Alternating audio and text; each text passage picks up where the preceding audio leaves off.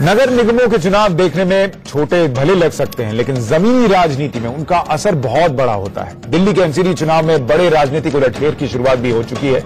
MCD चुनाव में आज नामांकन का आखिरी दिन था। दिल्ली कांग्रेस के अध्यक्ष अजय माकन ने उम्मीदवारों की लिस्ट रविवार को घोषित कर दी थी, जिसका नतीजा सोमवार को कांग्रेस में बड़े पैमाने पर बगावत के तौर पर सामने आया।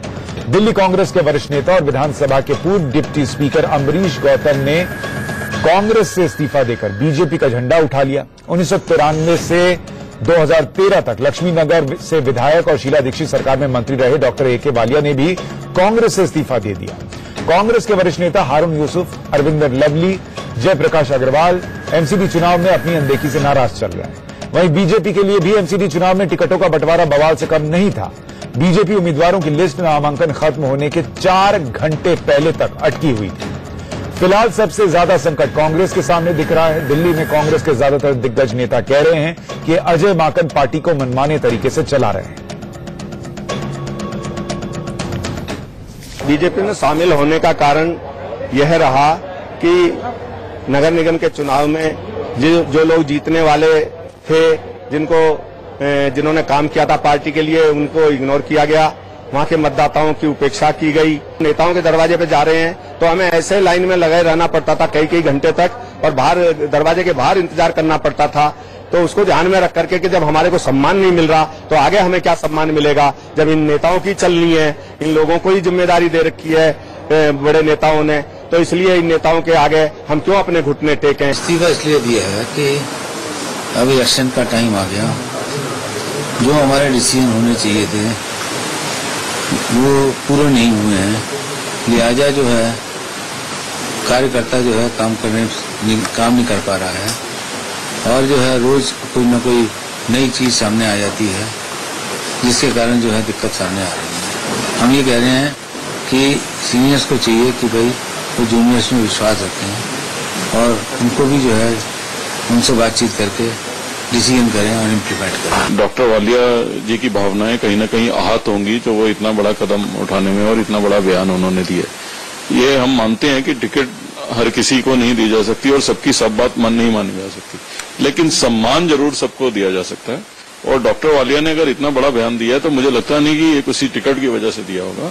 निश्चित रूप से कहीं न कहीं उनकी भावनाओं को आहत किया गया है। परिवार का मामला है और डॉक्टर वालिया भी एक सीनियर नेता हैं कांग्रेस के, और उनका भी एक टिकट के अंदर इस तरीके से गड़बड़ी हुई, हमारे यहाँ भी हुई है एक टिकट के ऊपर, और हम कोई दिल्ली के और तमाम जगह के टिकट नहीं मांग रहे, लेकिन ये हम अपने पार्टी लीडरशिप को इससे अवगत कराया है। और मुझे लगता है कि हम सब मिलकर कांग्रेस को मजबूती के साथ चुनाव लड़ाएंगे।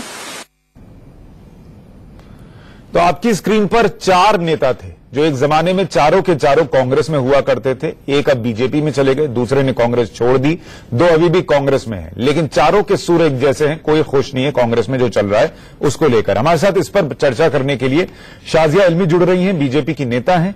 अमरीश गौतम जुड़ रहे हैं जो कांग्रेस के पूर्व नेता हैं, अब बीजेपी के साथ हैं। सौरभ भारद्वाज आम आदमी पार्टी के प्रवक्ता हमारे साथ हैं, और आलोक शर्मा हमारे साथ कांग्रेस के प्रवक्ता इस वक्त जुड़ रहे हैं। अमरीश जी, मैं पहले आपसे ये सवाल इसलिए पूछ रहा हूं क्योंकि आप अभी अभी कांग्रेस से निकले हैं और आप बेहतर बता सकते हैं कि कांग्रेस के अंदर इतनी ज्यादा नाराजगी क्यों है। बड़े से बड़े नेता जो हैं वो नाराज क्यों चल रहे हैं? कोई पार्टी छोड़ रहा है, कोई कह रहा है कि उनकी सुनी नहीं जा रही, ये सब क्यों है वहां पर? सही सवाल आपने किया है। इतनी नाराजगी मैं समझता हूं कि यह इसलिए है क्योंकि जब पार्टी ने जो प्रदेश अध्यक्ष बनाए, जनरल सेक्रेटरी इंचार्ज बनाए, सेक्रेटरी इंचार्ज बनाए, और उन्होंने कमेटी ऊपर, उसके ऊपर भी एक कमेटी बनाई, तो कमेटी का और इन लोगों का यह फर्ज बनता है कि जो क्षेत्र में विधायक रहे 3-3 बार, 4-4 बार, उनसे पूछा जाए। विधायक से ज्यादा कार्यकर्ता के बारे में कोई नहीं जानता। संगठन का मुखिया भी कोई नहीं जानता इतना जितना कि विधायक जानता है कि मेरे क्षेत्र में कौन कार्यकर्ता काम कर रहा है और कौन कार्यकर्ता काम नहीं कर रहा है, कौन कार्यकर्ता जीत सकता है और कौन नहीं जीत सकता है।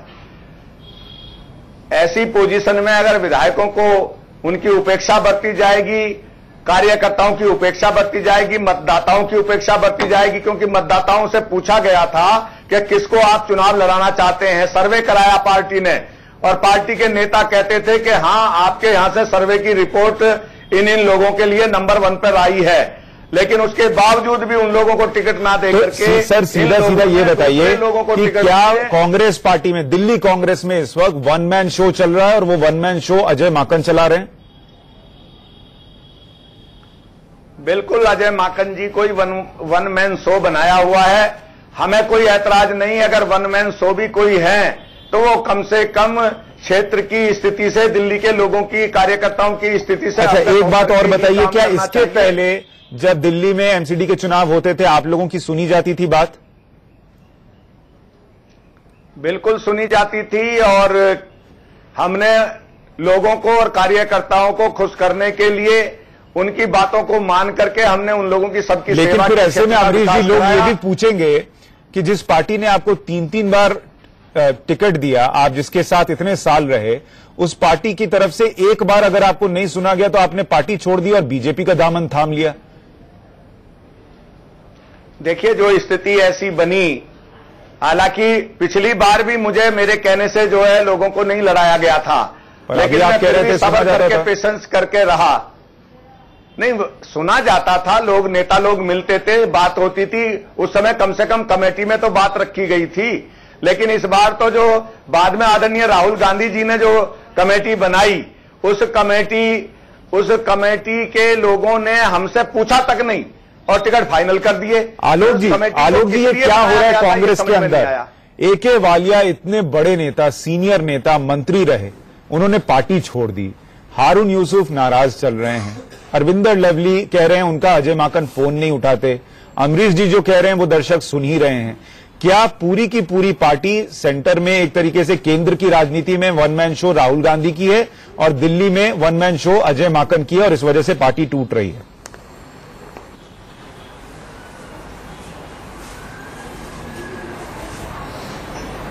देखिए, मैं समझता हूं आपने पूरा बयान उनका सुना, अमरीश जी का। अमरीश जी ने स्वयं कहा कि कार्यकर्ताओं से पूछकर, उनको मतदाताओं से, वहां पर जिन लोगों ने वर्कर्स के नाम दिए और टिकट दिए, उन टिकट लेने वालों ने जो कार्यकर्ताओं के बूथ वाइज लिस्ट दी, उनसे सर्वे कराया गया।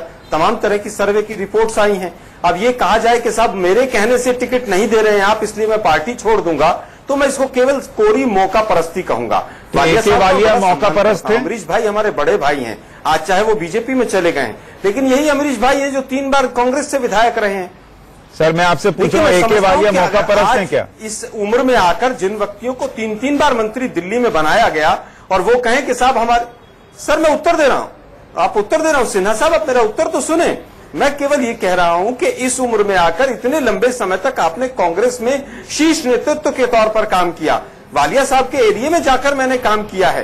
वालिया साहब इतने सम्मानित वहां के लीडर रहे हैं, लेकिन आप मुझे केवल ये बता दीजिए कि उन्होंने मेरा फोन नहीं उठाया, मेरे कहने से वो कॉर्पोरेशन का टिकट नहीं दिया, इसलिए मैं पार्टी छोड़ रहा हूं। तो मैं समझता हूं कि इसको मैं मौका परस्ती ही मानूंगा। जो कह रहे हैं अभी अमरीश साहब के, देखिए हम लोग विधायक हैं, हमसे पूछा नहीं गया। अरे भाई, हमारे यहाँ तो इतनी डेमोक्रेसी है कांग्रेस के अंदर कि यूथ कांग्रेस के लोगों ने राहुल गांधी जी के घर के बाहर जाकर धरना दे दिया। कांग्रेस पार्टी ने तो किसी के खिलाफ कोई एक्शन नहीं लिया। महिला कांग्रेस राहुल गांधी के दरबार पर पहुंच गई। राहुल गांधी ठीक है, मैं अगला सवाल अपने दोनों मेहमानों से पूछूं, उससे पहले एक सवाल आपसे और, से बात करती क्या हारून यूसुफ, क्या अरविंदर लवली सब मौका परस्त है? सारे के सारे लोग गलत नाराज हैं, संदीप दीक्षित गलत नाराज चल रहे हैं। सुशांत सिन्हा जी अंतिम बात कहना चाहूंगा। सुशांत सिन्हा जी अंतिम बात कहना चाहूंगा। सिन्हा साहब, अगर सुशांत सिन्हा, अगर राहुल गांधी जी के यहाँ जाना, बात कहना चाहूंगा, और चाहे वो यूथ कांग्रेस गई हो, चाहे महिलाएं गई हों, उनके जाने से अगर इन लोगों को अनुशासनहीनता लगती है अपनी बात कहने के लिए, जब ये लोग तो सुन नहीं रहे प्रदेश के नेता, तो बड़े नेताओं के पास तो सब कुछ जाएंगे। नहीं, किसी ने नहीं कहा कि अनुशासन जाएंगे। किसने कहा? मैंने तो कहा कि हमारी पार्टी में डेमोक्रेसी है। और क्या डेमोक्रेसी की बात की है। आपने कहा ना कि उनके खिलाफ कार्रवाई नहीं की गई, टिकट डिस्ट्रीब्यूशन आपने कहा कि कार्रवाई नहीं की गई। सुशांत जी, में कार्रवाई करने का क्या कैंडिडेट है? अगर हम अपने नेता के सामने आलोक जी आपके लिए लोग आलोक जी आपके लिए लोग ये बता रहे हैं आलोक जी आपके लिए लोग ये बता रहे हैं कि 5 दिन पहले तक आप भी बीजेपी में जाने की सोच रहे थे क्योंकि आपको भी टिकट मिलना तय नहीं था। बाहर से भी निकल जाइए, आपको समुद्र में फेंक दिया जाएगा उठाकर। में लोगों से पूछा गया, नहीं आप सुनिए मेरी बात पे अमल किया। राहुल गांधी जी को गुमराह किया है, राहुल गांधी जी को गुमराह किया है, हम उनके साथ हैं। लेकिन आज मोदी साहब के दरवाजे पर खड़ा होकर दिखा दीजिए, कार्यकर्ता पार्टी छोड़कर चला जाएगा। 1 मिनट अमरीश जी 1 मिनट अमरीश जी 1 मिनट उनको बोल लेने दीजिए। जमानत जब्त हो गई, आज आप लोगों को टिकट चाहिए कॉर्पोरेशन के। आलोक जी आपके बारे में भी, अगर आप कांग्रेस के ऊपर सवाल उठाएंगे तो कहने के लिए मेरे पास भी बहुत। आलोक जी आपके बारे में भी कुछ खबरें इस तरीके से चल रही हैं कि आप भी नाराज थे, आप भी बीजेपी में जाने की धमकी दे रहे थे। अगर आपको टिकट नहीं मिलता तो आज आप भी शायद बीजेपी में होते, ऐसी भी खबरें हैं। पार्टी ऐसा चलती है क्या? बिल्कुल भी ऐसा नहीं था, बिल्कुल भी ऐसा नहीं था, 1% भी ऐसा नहीं था। मैं समझता हूं कि जिसके भी अफवाह दी है वो बिल्कुल गलत है पूरी तरह। मुझे एक बात बताइए, मुझे केवल ये बताइए, मुझे एक बात, आप 15-15 साल तक मंत्री रहे और एक आपके कार्यकर्ता को टिकट नहीं मिले, इसलिए सारी दुकान बंद कर देनी चाहिए, ऑर्गेनाइजेशन की संगठन को बंद कर देना चाहिए। और अब मैं आप दोनों के पास थोड़ी देर में लौटूंगा। पहले मैं शाजिया इल्मी के पास चल रहा हूं क्योंकि बीजेपी की भी दिक्कतें कम नहीं थी। शाजिया 4 घंटे पहले तक बीजेपी को यह पता नहीं था किसको टिकट दें ना दें, इस तरीके की वहां पर स्थिति बनी हुई थी। आपके लिए भी बहुत चुनौती खड़ी हुई है, इस बार टिकट देना आपके लिए भी बहुत मुश्किल रहा है।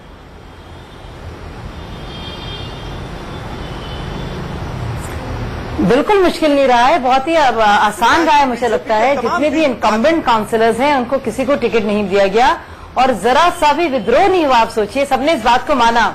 दूसरी बात, बहुत ही सोच समझकर, कोई आप जिसको आप कह रहे हैं मुश्किल, वो एक्चुअली एक ड्यू डिलिजेंस आप उसको कहिए, क्योंकि बहुत देर तक हर एक वार्ड पर कई नामों पर बिल्कुल निष्पक्षता से अलग अलग मापदंडों को देखकर युवाओं की बीच में मौजूदगी हो, महिलाओं की भी हो, सबकी हो। आप देखिए जो लिस्ट आई है, आप देखिए उसको, 5 बागी बहुत सोच समझकर, बीजेपी बहुत मेहनत के साथ केवल एक और पूरी पारदर्शिता के साथ लोगों ने मिलकर। एक मिनट आलो जी, आप रखिएगा ये सवाल, 1 मिनट उनको अपनी बात कर कहूंगी तो 2 मिनट चुप हो जाइए। ठीक है, बात पूरी कीजिए। तो मुझे लगता नहीं है कि जिसको, और देखिए टिकट देना और सही इंसान को टिकट देना एक हमेशा चुनौती भरा काम होता है, लेकिन बहुत ही अच्छी तरह से जब आप लिस्ट देखिए कैंडिडेट की, कितनी बैलेंस्ड और नए नाम है इसमें सारे, और नए नाम। शाजिया जी, मैं आपकी लिस्ट के बारे में थोड़ा सा बताता हूँ। बहुत ड्यू डिलिजेंस आपकी पार्टी ने कहा था किसी पार्टी के पदाधिकारी को टिकट नहीं मिलेगा। मैं एक लिस्ट सुनाता हूँ, आप भी सुनिए। सदर बाजार से जयप्रकाश जी को टिकट मिला है, उपाध्यक्ष हैं।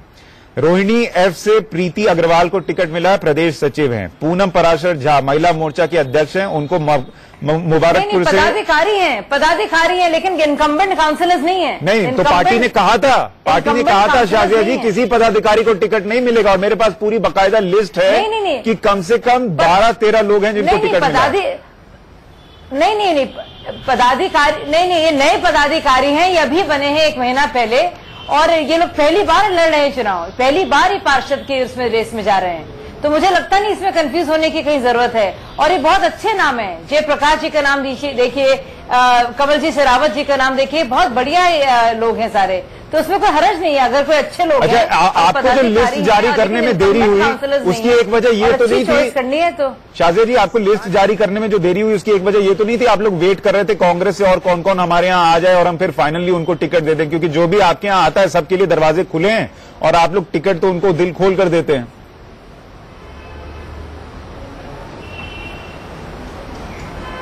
नहीं, ऐसी मुझे लगता नहीं ऐसी कोई बात है, क्योंकि बहुत से लोगों का अभी भी स्वागत है, बहुत से लोग आए हैं जिनको टिकट नहीं दिए गए हैं। कि आपका कहने का मतलब है कि जितने लोगों को टिकट दिए गए हैं, जो नए लोग हैं उससे उतने ही लोग आए हैं। आप देखिए तो कितने लोगों की भर्ती हुई है, कितने बड़े पैमाने में। अब बहुत बड़ी लिस्ट चाहिए, चाहे वो आम आदमी पार्टी के एमएलए रहे हों या पूर्व विधायक हैं कांग्रेस के, जिनका हम स्वागत करते हैं। तो कोई मजबूरी होती है इंसान की जो कभी छोड़ता है किसी पार्टी को, और सब लोग मौका परस्त नहीं होते। मुझे लगता नहीं अमरीश जी के काउंसलर के टिकट के लिए आए हैं यहाँ पे, जब वो पूरे विधायक रह चुके हैं। मैं तो अमरीश जी से ये भी पूछने वाला हूँ कि एक बार उनकी नहीं सुनी गई तो उन्होंने पार्टी छोड़ दी, लेकिन जिस पार्टी में वो गए हैं वहां इस बार किसी को भी सिटिंग पार्षद को टिकट नहीं दिया गया। उनकी अगर अगली बार नहीं सुनी गई तो फिर क्या कांग्रेस में लौटेंगे, ये भी सवाल है। सौरभ भारद्वाज के पास आता हूं। सौरभ जी, आपकी पार्टी के लिए ये जो हो रहा है बीजेपी कांग्रेस में या कांग्रेस में खास तौर पे, ये किस तरीके की स्थिति आम आदमी पार्टी के लिए पैदा कर रही है? और आपकी पार्टी पर भी जो टिकट बेचने का आरोप लगा, संजय सिंह को किसी महिला ने थप्पड़ जड़ दिया, इन सारी चीजों से असर पड़ा है क्या?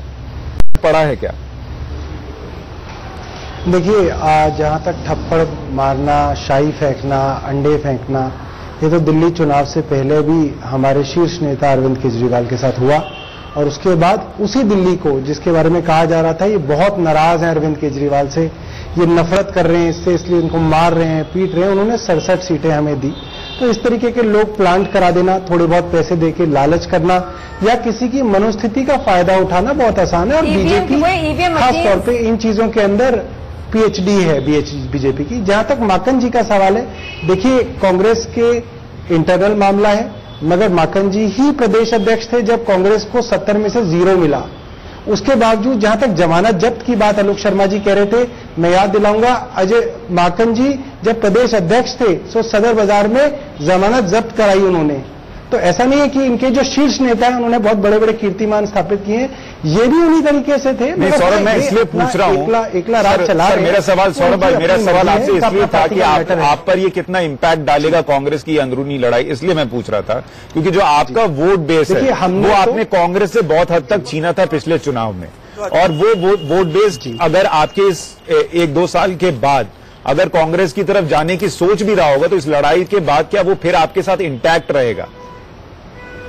नहीं, देखिए कांग्रेस के जो पुराने लीडर्स रहे हैं, चाहे वो हारून यूसुफ हों, अरविंदर सिंह लवली हों और ये वालिया जी हों, कांग्रेस के अंदर फैक्शनिज्म हमेशा रहा है। कई बार अलग अलग लॉबीज रही है, जेपी अग्रवाल की अलग लॉबी रही है, शीला दीक्षित की अलग लॉबी रही है, ए.के. वालिया साहब की अलग रही है, मगर ये फिर भी ना बैलेंसिंग एक्ट करके ये सब कुनवा अपना साथ लेके चल रहे थे। मगर जो खबरें हमें आ रही हैं, अजय माकन को खुला हाथ दिया गया है कि आप सबको सफाया कर दो और आप अपनी एक लॉबी खड़ी करो, और इसके अंदर मुझे लगता है कि बाकी जो शीर्ष नेता थे कांग्रेस के वो एलिमिनेट हुए हैं और वो सामने आ रही है। जहां तक बीजेपी के वो उन पार्षदों की बात है जिनके टिकट इन्होंने काटे हैं, मुझे पता चला है कि बंद कमरे में एक मीटिंग हुई है जिसमें इनके एक बड़े नेता ने उन पार्षदों को कहा है कि मैंने बाहर देखी है तुम्हारी बड़ी बड़ी गाड़ियां और मुझे पता है बड़ी बड़ी गाड़ियां तुमने कैसे खरीदी हैं, तो अगर तुम चाहते हो कि तुम जेल ना जाओ तो तुम चुपचाप जहां हो वहां बैठे रहो। और मुझे लगता है पार्षदों को लगा कि ठीक है भाई, जितना करोड़ों रुपए कमाना था हमने 10-15 साल में कमा लिया,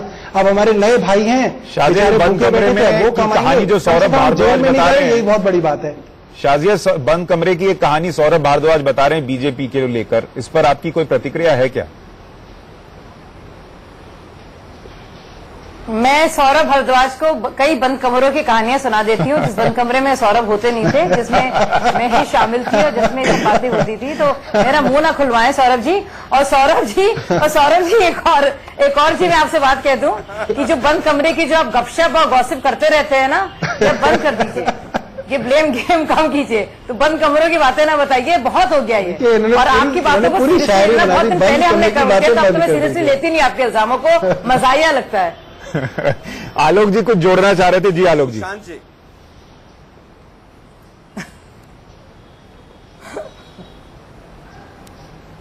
मैं केवल कहना चाहता हूं कि देखिए, आरोप लगाना बहुत आसान है, क्या ग्रुपिज्म किसी भी पार्टी में नहीं होता है?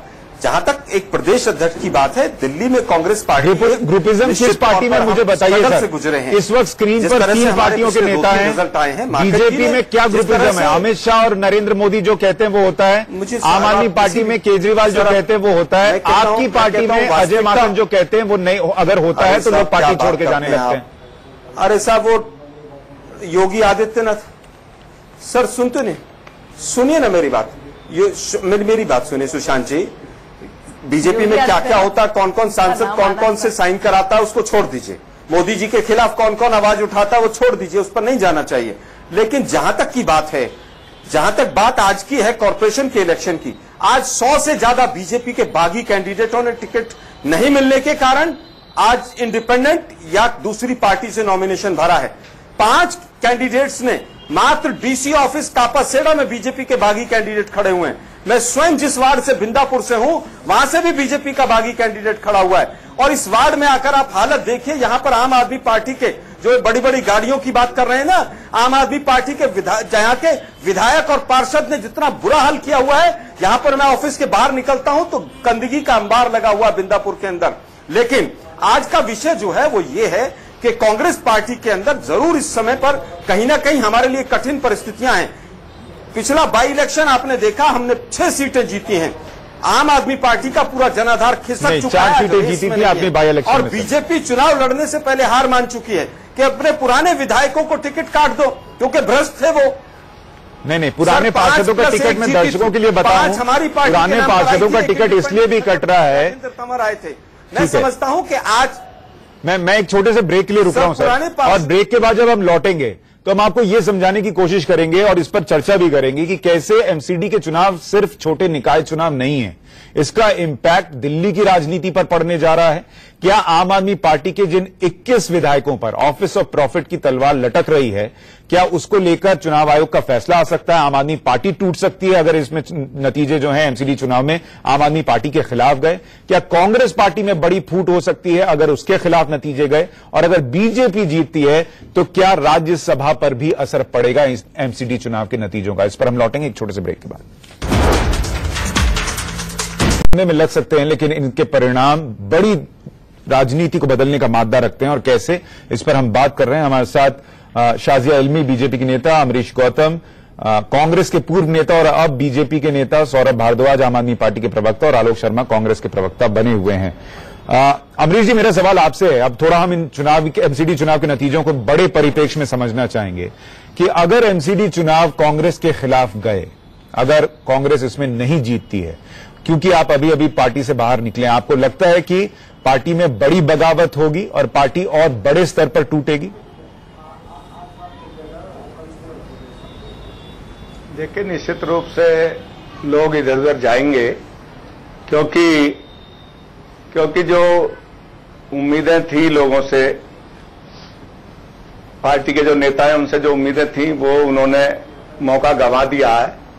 और इस समय जो आदरणीय नरेंद्र मोदी जी और आदरणीय श्री अमित शाह जी का जो देश के और नौजवानों के लिए काम हो रहा है, उसकी तरफ लोग निश्चित रूप से उनका रुझान बढ़ेगा। तो ऐसे में क्या राहुल गांधी के खिलाफ भी बगावत हो सकती है पार्टी के अंदर?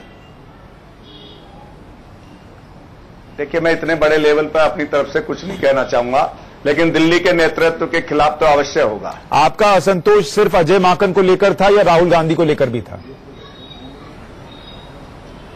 नहीं, मेरा असंतोष जो दिल्ली के नेतृत्व से भी है और जो इंचार्ज बनाए हुए थे दिल्ली के उनसे भी है, और बाद में जो कमेटी बनाई गई, कोई भी कमेटी जब बनाई जाती है तो निश्चित रूप से एमपी और एमएलए से तो जरूर पूछती है, लेकिन यहां इन्होंने बिल्कुल भी इस चीज को, अमरीश जी सीधा बोलिए, है तो निश्चित रूप से एमपी और एमएलए से तो जरूर पूछती है, लेकिन यहां इन्होंने बिल्कुल भी इस चीज को, अमरीश जी सीधा बोलिए ना।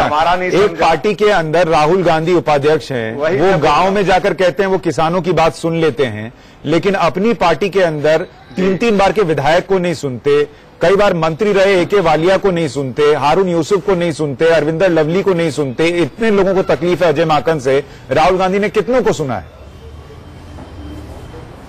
मैं समझता हूं कि राहुल गांधी जी निश्चित रूप से माकन जी से और पीसी चाको से और जो कमेटी बनी थी उनसे जरूर पूछेंगे कि आप लोगों ने इन लोगों की राय क्यों नहीं ली थी। राहुल गांधी पर आपका विश्वास अब भी कायम है कि वो एक सक्षम नेता है?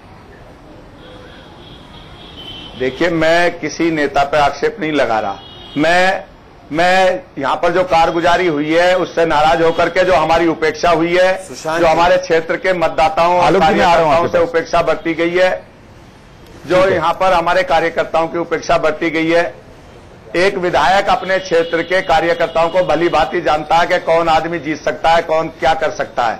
जब हमारी समझ से परे होकर के इन लोगों ने कार्रवाई की है, लोगों को चुनाव में उतारा है, तो इसका जवाब तो दिल्ली के नेतृत्व को देना ही पड़ेगा आने वाले टाइम। दिल्ली के नेतृत्व को देना होगा। सौरभ भारद्वाज, मेरा एक सवाल आपसे है, इन चुनाव के नतीजों को आम आदमी पार्टी के लिए भी बहुत खास माना जा रहा है, क्योंकि आपके 21 विधायकों पर चुनाव आयोग ने फैसला सुरक्षित रखा है ऑफिस ऑफ प्रॉफिट के मामले में, और ऐसे में ये माना जा रहा है कि अगर आम आदमी पार्टी इसमें बेहतर प्रदर्शन नहीं करती है तो फिर पार्टी टूट सकती है और पार्टी को नुकसान हो सकता है और शायद दिल्ली में सत्ता बचाना भी मुश्किल हो जाए। नहीं, देखिए, पार्टी टूटने का स्कोप इसलिए नहीं है कि अगर आप ये भी मान लें कि 21 विधायक डिस्क्वालीफाई हो जाएंगे तो भी स्ट्रेंथ ऑफ द हाउस कम हो जाएगी और उसके अंदर भी हमारी ब्रूट मेजॉरिटी है और पार्टी तोड़ने के लिए तो कम से कम आपको 2/3 विधायक चाहिए जो पार्टी को तोड़ सके। तो वो 21 कम होने के बाद भी 2/3 का आंकड़ा तो उतना ही बड़ा रह जाएगा। और जहां तक मैं एक छोटी सी बात और कहना चाहूंगा, जहां तक क्योंकि सर मैं इसमें जोड़ दूं, वेद प्रकाश साहब दावा कर रहे हैं कि आम आदमी के 30 से 35 विधायक केजरीवाल से नाखुश हैं। अब अगर 30-35 विधायक नाखुश हैं, 21 मान लीजिए कि अगर उनकी सदस्यता चली गई तो 51 का आंकड़ा हो गया ना सर। नहीं, मुझे लगता है कि वेद प्रकाश जी जो खुद पार्टी छोड़ चुके हैं वो कैसे कह सकते हैं कि वो तो ऑब्वियस सी बात है, वो छोड़ने के बाद यही कहेंगे कि सब नाखुश हैं। और जहां तक मैं इस बात की बात कर रहा हूं कि लोग पार्टी छोड़ रहे हैं, मैं इसके अंदर थोड़ा सा न्यूट्रल व्यू ये लूंगा कि कल भाजपा के दफ्तर में भी 2 कार्यकर्ताओं की लड़ाई हुई, काफी हाथापाई झगड़ा हुआ। भाजपा की तरफ से बयान आया कि दोनों आपके कार्यकर्ता थे। मैं आपको बताना चाहूंगा उनमें से एक की वाइफ को तो शाम तक भाजपा ने टिकट दे दिया, उनका नाम भी मेरे पास है, और दूसरे का भी फेसबुक प्रोफाइल हमने चेक किया तो वो भाजपा के कार्यकर्ता हैं। हाँ, ये बात और है कि भाजपा के जो बागी कार्यकर्ता होते हैं उनको टेलीविजन के अंदर, स्टूडियो के अंदर जगह नहीं मिलती और ऐसा दिखाया जाता है। आप लोग बीजेपी वालों की जासूसी करवा रहे हैं कि आपको बंद कमरे में बीजेपी में क्या हो रहा है, सारी खबरें कैसे मिल रही हैं? मगर ये मुझे लगता है कि मीडिया को सबके लिए बराबर होना चाहिए। आपको भाजपा के भी बागियों को बुलाना चाहिए, हमारे भी बागियों को बुलाना चाहिए। सिर्फ कांग्रेस के बागियों को अगर आप बुला रहे हैं तो ये मेरा मानना है। नहीं सौरभ, ये मेरा मानना है, ये मेरा फ्रैंक मानना है। मैं 2 चीजें कहना चाहूंगी। जी शाजिया। मैं ये कहना चाहूंगी सौरभ से, जब आपने सवाल पूछा आम आदमी पार्टी के बारे में तो ये थोड़ा मुस्कुराए, तो हम सौरभ जी से पूछना चाहेंगे ये जितना ये मुस्कुरा रहे हैं क्या गम खुद छुपा रहे हैं, ये खुद सौरभ जानते हैं। और जो वेद प्रकाश साहब ने बात कही है, जिन्होंने अभी ज्वाइन भी किया है, तो जी बहुत मुस्कुरा रहे थे, तो उनके पीछे भी, उस मुस्कुराहट के पीछे भी एक बहुत गम है जिसका एहसास मुझे है। मैं जानती हूँ सौरभ एक बहुत भले बढ़िया इंसान है। तो मैं ये कहना चाहूंगी, इनको सारी खबर रहती है भाजपा की। आम आदमी पार्टी असल में जासूसी में बहुत, आम आदमी पार्टी जासूसी में बहुत आगे है। ये अपने ऊपर भी जासूसी करते हैं, भाजपा के अंदर तो करते ही है, वो तो खैर करना चाहिए, लेकिन अपने ऊपर भी करते हैं। तो जो खबरें इनके पास से मुझे लगता है मीडिया चैनल ने बनाए, क्योंकि आप देखो उनको मीडिया से भी दिक्कत हो गई। सौरभ, आपको मीडिया से भी दिक्कत हो गई। 526 करोड़ रुपए खर्च करने के बावजूद भी आप मीडिया को ब्लेम करते हैं। समझ में नहीं आता सौरभ जी, आप क्या चाहते हैं? सब कुछ, इलेक्शन कमीशन बेकार है, हाईकोर्ट बिल्कुल आपके लिए बेकार है, लेफ्टिनेंट गवर्नर आपके अगेंस्ट हैं, सारे के सारे अफसर आपके अगेंस्ट काम करते हैं, पुलिस कमिश्नर आपके खिलाफ है, प्राइम मिनिस्टर तो खैर आपके खिलाफ है ही, वो तो सुबह शाम सिर्फ अरविंद केजरीवाल को। ठीक है शाजिया, मैं आपको थोड़ा सा रोक रहा हूं क्योंकि मेरे पास सौरभ भारद्वाज जी के लिए कुछ सवाल हैं और मैं दर्शकों को भी दिखाना चाहता हूं। ये चिट्ठी हमारे पास इस वक्त आई है और ये बहुत अहम चिट्ठी है जो हम आपको दिखा रहे हैं इंडिया न्यूज पर। और इस चिट्ठी में हम आपको बता दें है क्या। इस चिट्ठी में अरुण जेटली ने एक मानहानि का केस किया अरविंद केजरीवाल पर। उस अरविंद केजरीवाल के केस को राम जेठमलानी, देश के बहुत बड़े वकील हैं, वो लड़ रहे हैं उनकी तरफ से। 1 करोड़ रुपया हर बार उस केस के लिए अपीयर होने के लिए राम जेठमलानी साहब को फीस दी जा रही है। और ये फीस मनीष सिसोदिया साहब की चिट्ठी, जो कि दिल्ली के उप मुख्यमंत्री हैं, उनकी चिट्ठी है कि दे दी जाए। और उसमें लिखा है कि payment of bills may be made as and when the bills are received from the council, यानी जैसे ही बिल मिले आप उनका पेमेंट कर दीजिए। और दूसरी बड़ी बात इसमें लिखी है कि in view of the detailed order dated 21/12/2016, copy placed opposite the file need not be sent to honourable lieutenant governor for his approval, यानी आपको लेफ्टिनेंट गवर्नर को अप्रूवल के लिए भी ये फाइल भेजने की जरूरत नहीं है। यानी दिल्ली के मुख्यमंत्री अरविंद केजरीवाल पर मानहानि का अगर केस होता है तो 1 करोड़ रुपया एक हियरिंग में अपीयर होने के लिए उनके वकील को हमारे और आपके पैसे से दिया जा रहा है। सौरभ भारद्वाज साहब, इस चिट्ठी को लेकर आपके पास कोई जवाब है क्या? देखिए, पहली बात तो मुझे इस चिट्ठी की सत्यता के बारे में नहीं पता। आपने इम्प्रॉम्प्टू मुझे पूछा मगर अगर आप केंद्र सरकार की जांच कराएंगे तो मुझे लगता है उनकी तरफ से भी, प्रधानमंत्री के लिए भी और मंत्रियों के लिए भी, या जब वो मुख्यमंत्री थे तब उनके लिए भी बड़े बड़े वकील पेश हुए होंगे और उनको भी करोड़ों रुपए, ऐसा नहीं है कि इनकी फीस करोड़ रुपए तो वो सरकारी खजाने से दी जाएगी सर, उनके लिए भी करोड़ों रुपए फीस दिए। हाँ, ये हो सकता है कि उनको सरकारी नहीं, उनको अंबानी फीस दे रहे हो सकता है उनको अदानी फीस दे रहे हो। नहीं, ये और सर अंबानी अडानी किसको क्या देते हैं हमारे पास कोई सबूत नहीं, हम कह नहीं सकते। तो ये तो हम लेकिन ये चिट्ठी है एक तो हमारे हाथ में 1 करोड़ रुपया। जो वकील केजरीवाल जी एक अपीयरेंस के लिए अगर 1 करोड़ रुपया दे रहे हैं सर, हमारे आपके पैसे से 1 करोड़ रुपया अरविंद केजरीवाल अपना केस लड़ने के लिए कैसे दे सकते हैं? आप तो आए थे हम वीआईपी कल्चर समाप्त करेंगे, आप तो पता नहीं कौन कौन से बातें करके आए थे। मैंने आपकी न्यूट्रलिटी के ऊपर सवाल उठा दिया तो आपने मेरे ऊपर सवाल उठाना शुरू कर दिया। सर, रिटेनर 1 करोड़ रुपए, 22 लाख रुपए पर अपीयरेंस, 4 करोड़ रुपए सौरभ भारद्वाज साहब अभी तक दे दिए गए राम जेठमलानी को। करोड़ों रुपए सरकारी, आप क्या अपने चैनल पे दावा कर रहे हैं कि आज तक किसी मुख्यमंत्री ने, मैं किसी मुख्यमंत्री की बात नहीं कर रहा, मैं कह रहा हूं मेरे हाथ में एक सबूत है, मैं इस पर बात कीजिए सर। वही तो आप किसी चूज कर रहे हैं ना, और जब ये वीपी हाउस में बैठे कर सकते हैं। फला लीडर कौन, क्या आप सवाल पूछे जा रहे हैं? क्या आपकी रिसर्च ये कहती है, क्या आपकी रिसर्च ये कहती है कि आज तक किसी मुख्यमंत्री या प्रधानमंत्री ने अपने लिए? सर, मुझे एक बात बताइए, सौरभ भारद्वाज साहब, मेरा सवाल ये कहती है, सौरभ भारद्वाज साहब, मेरा सवाल ये है, मनीष सिसोदिया चूज करके सवाल पूछेंगे तो कोई जवाब होगा। 1 मिनट में आप दोनों नेताओं पे आ रहा हूं, एक सवाल का जवाब सौरभ भारद्वाज से ले लूं कि अगर इस मामले में कोई गड़बड़ी नहीं है, मनीष सिसोदिया दिल्ली के उप मुख्यमंत्री क्यों लिखते हैं कि लेफ्टिनेंट गवर्नर को फाइल मत भेजिए? ये धोखेबाजी, गवर्नर तो केंद्र सरकार के नॉमिनी लोगों के साथ और सरकारी लेफ्टिनेंट गवर्नर दिल्ली केंद्र सरकार के आदमी हैं। मेहनत का बेजा इस्तेमाल हो रहा है, शर्म की बात है। आपको माफी मांगनी चाहिए सौरभ बजाय तो सेंट्रल गवर्नमेंट अपॉइंट करती है। शाहजी जी सुन लीजिए बात, आप बोलिए मत। अपने करप्ट नेताओं को आप कहें कि वो गलत है। मुझे बोलने दें। मेरा सवाल ये है कि जो आरोप लगाए गए अरुण जेटली पर, सवाल पूछने जवाब तो पूछ नहीं रहे। 1 मिनट शाजिया जी और आलोक जी, मैं आपको मौका दूंगा इसका जवाब तो देने दे ही नहीं रहे दोनों। हाँ ठीक है, मेरा सवाल पहले सौरभ से है कि आपने जो आरोप लगाया, मैंने सवाल सुन लिया आपका, मैं जवाब देता हूं। मेरा सवाल ये है, इसलिए मेरा सवाल ये है सौरभ जी कि आपने और कोई सवाल सुना है, आपने जवाब नहीं दिया। हाँ ठीक है शाजिद, मैं आ रहा हूं आपके पास। सौरभ से मेरा सवाल ये है कि सौरभ जी, आपने अरुण जेटली पर जो आरोप लगाए वो आम आदमी पार्टी के कन्वेनर के तौर पर लगाए थे अरविंद केजरीवाल ने। उनका केस जब अरुण जेटली ने उन पर किया तो अरविंद केजरीवाल आम आदमी पार्टी के नेता पर किया, दिल्ली के मुख्यमंत्री पर नहीं किया। फिर भी दिल्ली के मुख्यमंत्री के लिए जो केस लड़ रहे हैं 1 करोड़ रुपया का, वो हमारे आपकी जेब से क्यों जाए? हाँ मैं जवाब दूं। अरविंद केजरीवाल जी ने जब अरुण जेटली के ऊपर आरोप लगाए तो उस रिपोर्ट के आधार पर लगाए जो 3 आईएएस ऑफिसर्स की कमेटी बनाई गई थी और उनकी जांच के अंदर जो चीज निकली थी उसके आधार पर लगाए।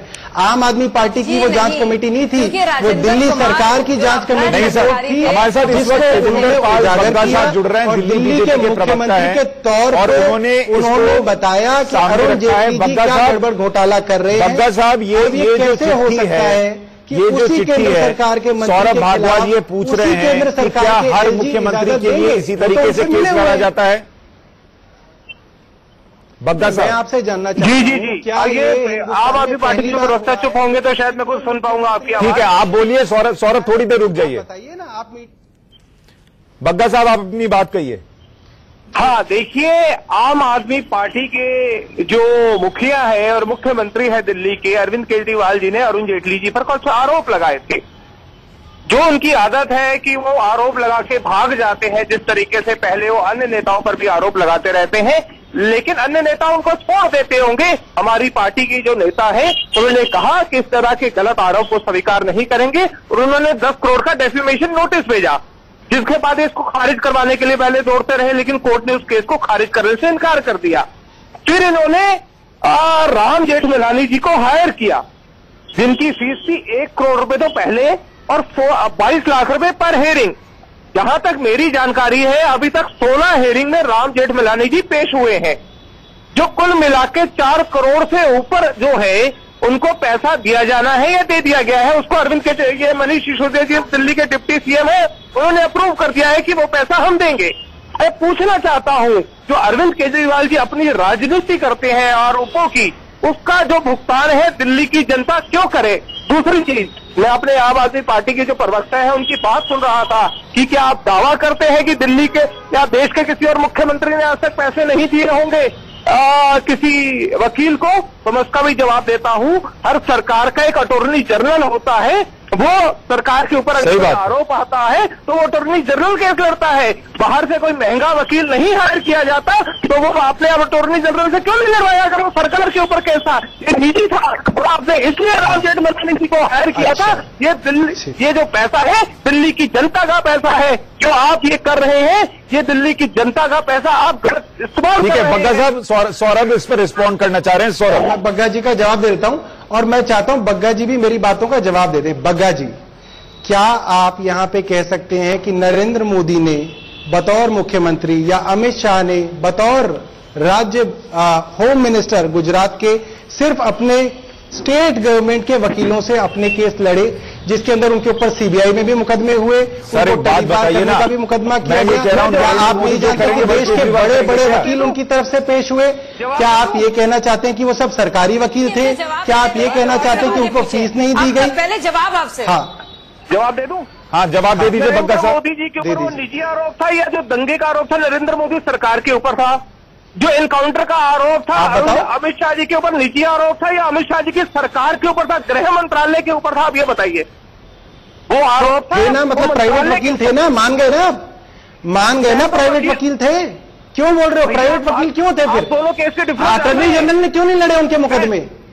आप बताओ ना, अटॉर्नी जनरल ने क्यों नहीं लड़े उनके गुजरात के मुकदमे? क्यों प्राइवेट वकील खड़े होते थे उनके लिए? भैया नहीं खड़े होते थे प्राइवेट वकील? सरकार का केस कौन सा प्राइवेट वकील नहीं खड़ा हुआ उनके लिए? आप ये बताओ। ये सरकार तो मैं बोल रहा हूँ सरकार पे केस था, उसके बावजूद प्राइवेट वकील खड़े हुए। मैं आप प्राइवेट वकील खड़े हुए या नहीं हुए ये बताओ आप मुझे। आप चुप होंगे तो मैं बोलूंगा। आप ये बताओ प्राइवेट वकील खड़े हुए या नहीं हुए? हाँ या ना में बताओ। आप बाल बाल गोल गोल क्यों कर रहे हो? आप बात, आप चुप होंगे तो आप बताओ प्राइवेट वकील थे या नहीं थे? आप चुप होंगे तो मैं बोलूंगा। जवाब दो इसका, आप चुप होंगे। जवाब दो ना। गुजरात के सरकारी वकील ही खड़े होते थे या प्राइवेट वकील खड़े होते थे? बग्गा साहब, क्या गुजरात में नरेंद्र मोदी के लिए प्राइवेट वकील लड़ते थे या नहीं लड़ते थे, वो ये पूछ रहे हैं। आम आदमी पार्टी को देने चाहिए। उनका पैसा कौन देता था? अंबानी अदानी देते थे या सरकार देती थी या मोदी जी अपनी तनख्वाह में से देते थे? और उस पर बताओ मुझे, मोदी जी तनख्वाह से देते थे या अंबानी देता था या अदानी देता था? बताओ। केजरीवाल की जेल से निकलवा के रहेगी हम। अरे बताओ ना, बोल बोल क्यों घुमा रहे हो बात को? मुझे एक बात बताइए सौरभ जी। अरे इतने बड़े वकील हो तुम, सौरभ जी मुझे ये बताओ ना, जवाब कहाँ गया? थोड़ी देर के लिए मुझे ये बताइए कि अगर इस देश में अरे जो कुछ भी नरेंद्र मोदी और अमित शाह और कांग्रेस पार्टी कर रहे थे वो सब कुछ सही था, तो आप क्या बदलने आए थे? अब आपने फिर पलटी। भाई साहब आप होस्ट हो क्या हो? आपको तो न्यूट्रल रहना चाहिए। जब डिबेट एक सही जगह पे पहुंची है, एज अ होस्ट आपको उसकी बात का जवाब मेरे पास इस वक्त चिट्ठी, आप एज अ होस्ट मेरे पास इस वक्त चिट्ठी मनीष सिसोदिया की लिखी है। न्यूट्रल नहीं हो। जिस दिन मेरे पास चिट्ठी और रिसर्च होगी गुजरात की, मैं वो भी। सर आपके साथ दिक्कत ये, आप जो सवाल करके नहीं आते, न्यूट्रल नहीं रह जाता। आप होस्ट बने हुए प्रोग्राम के, आपको तो रिसर्च करनी चाहिए। आप एक चिट्ठी लेके आ गए और अनर्गल आरोप एक पार्टी के ऊपर लगाने शुरू कर दिए। मैंने आपसे पूछा एज अ होस्ट, क्या आपके पास रिसर्च है? क्या किसी और मुख्यमंत्री ने ऐसे वकील रखे?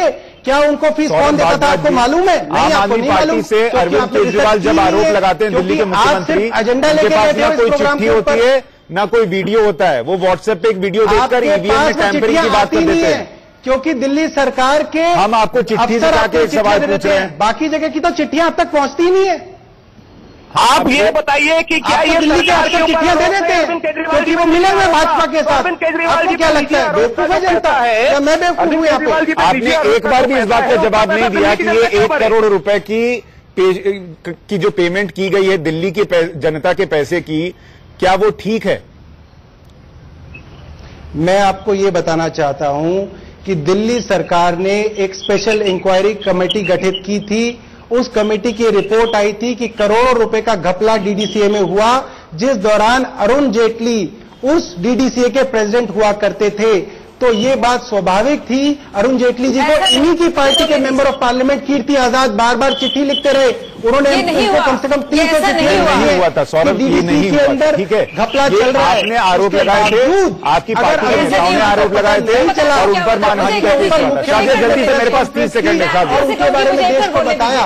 मैं 1 मिनट बोलने दीजिए मुझे 1 मिनट, सिर्फ 1 मिनट, मुझे 1 मिनट बोलना है बस। ठीक है, मुझे 1 मिनट बोलना है बस, जल्दी, मेरे पास ये ऐसा कुछ नहीं हुआ था। ये रिपोर्ट बहुत दिनों से कीर्ति आजाद लेके घूम रहे थे, अरविंद केजरीवाल के ज्ञापन में उन्होंने नहीं उठाया। जब राजेंद्र कुमार जो कि प्रमुख सचिव थे, जिन पर कॉमनवेल्थ गेम्स, मुझे बोलने दीजिए, घबराइए नहीं मेरे बातों से, जब छापा पड़ा और इनके प्रमुख सचिव जिनका चयन खुद अरविंद केजरीवाल ने किया था, जिन पर करप्शन के मामले थे, कॉमनवेल्थ गेम्स को लेकर, मैं माफी चाहूंगा, मेरे पास इतना ही वक्त था, लेकिन सवाल गंभीर है। सवाल इस बात को लेकर उठता है कि अगर किसी प्राइवेट वकील को 1 करोड़ रुपए दिए जा रहे हैं सरकारी खजाने से, तो क्यों, और इसमें यह क्यों लिखा जा रहा है कि लेफ्टिनेंट गवर्नर को से बिना पूछे जो है उनको ये फाइल भेजने की जरूरत नहीं है। इस पर हम और जानकारी जुटाकर आपके पास लौटेंगे। फिलहाल हमारी इस खास पेशकश में